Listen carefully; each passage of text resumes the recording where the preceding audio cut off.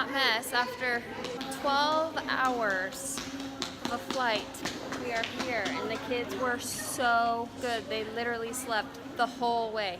Riley, are we here in New Zealand? Yeah! And now we are gonna go play at the beach. We left at 8:30 LA time, and we just got in at 6:50 their time. So we're here and we're gonna do it. This is what you do after a 12-hour flight. They were so good. They literally slept. Riley slept 11 hours and Jack slept 10 and a half and watched a movie. Not one peep.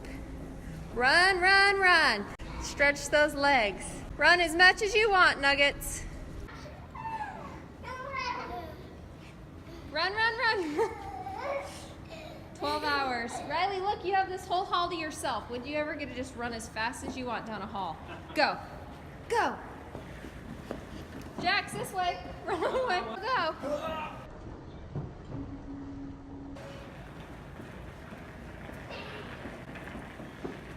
Okay, so I look like a hot mess, but whatever. I don't care. It's my life. It's how I'm gonna do. We just flew 12 and a half hours with a 2-year-old and a 4-year-old. They slept literally the whole way. One thing that I do is I go to the store and I get a bunch of those like little toys, and I let the kids open a toy every so often. I like buying the clear coloring books. I just saw Maui. You just saw Maui? Mm-hmm. Oh, she just found Maui. He's Maui. He's Maui. Oh, it's an elder. Oh, how cool.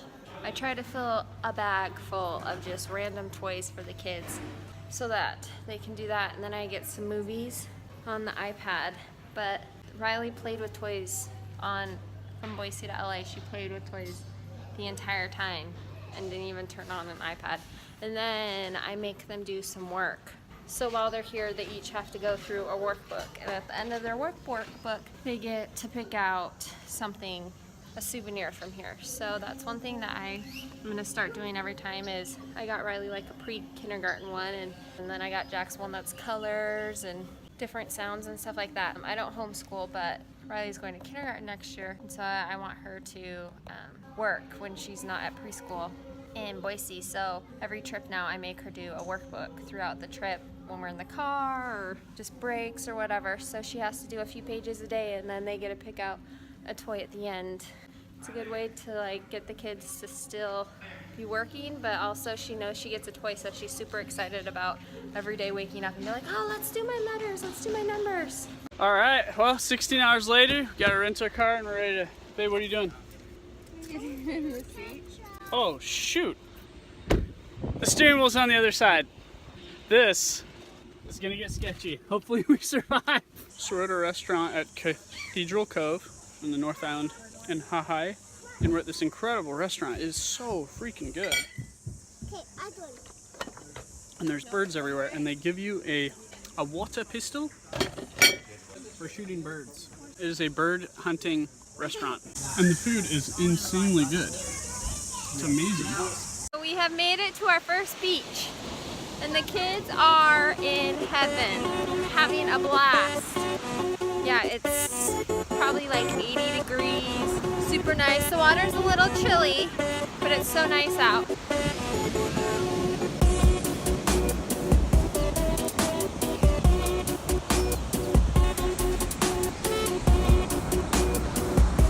Are you swinging? Woohoo!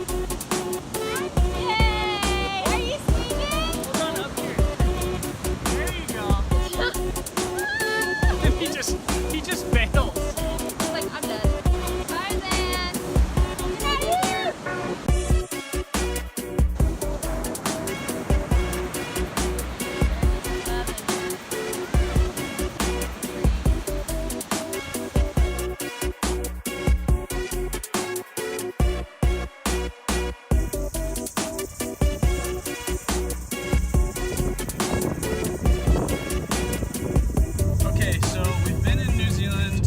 A day so far, which is crazy because last night we were at the beach in LA, and then this morning we were at the beach in New Zealand. However, it was 2 days later. So we never truly lived February 1st. It just never happened. But here's a few things that I've already noticed about New Zealand that are really crazy. First of all, there's no one here. The whole country is just like 200-acre farms. Tons of cows and tons of sheep. It's like probably more sparsely populated than Idaho. It's just nuts. And then the other thing I've noticed is like a good half of the people that are here are tourists. More than half the cars on the road I've seen are RVs, campers, vans. And then the other thing is the terrain. It's like if you took Hawaii and then mixed it with, what did we decide? Switzerland. Like you take Switzerland and Hawaii, mix them together, and then throw in some like weird like Northern California or something. It's so weird. The other thing that's shocked me is how big New Zealand is. It is huge. Like, we've already drove 4 hours today, and we've gone from like one small corner near Auckland to like another small corner to like the north central part, which is nuts. It's like massive, massive. Oh yeah, one other thing. Their cows are way skinnier than our American cows. And my only guess is that they're just not pumped full of drugs and steroids. Like I looked at the cows here and I'm like, oh crap, they're like starving. But I'm like, no, that's probably how cows are supposed to look when they're not drugged up. The other thing I noticed, that we noticed, is that New Zealanders are probably like the nicest people on earth. It's insane.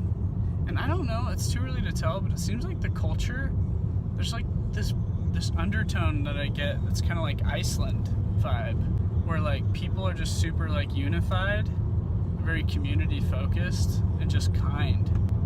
Maybe it's just an island thing, I don't know. We'll see what happens, but it's crazy how nice people are. This is what happens when you have a long flight and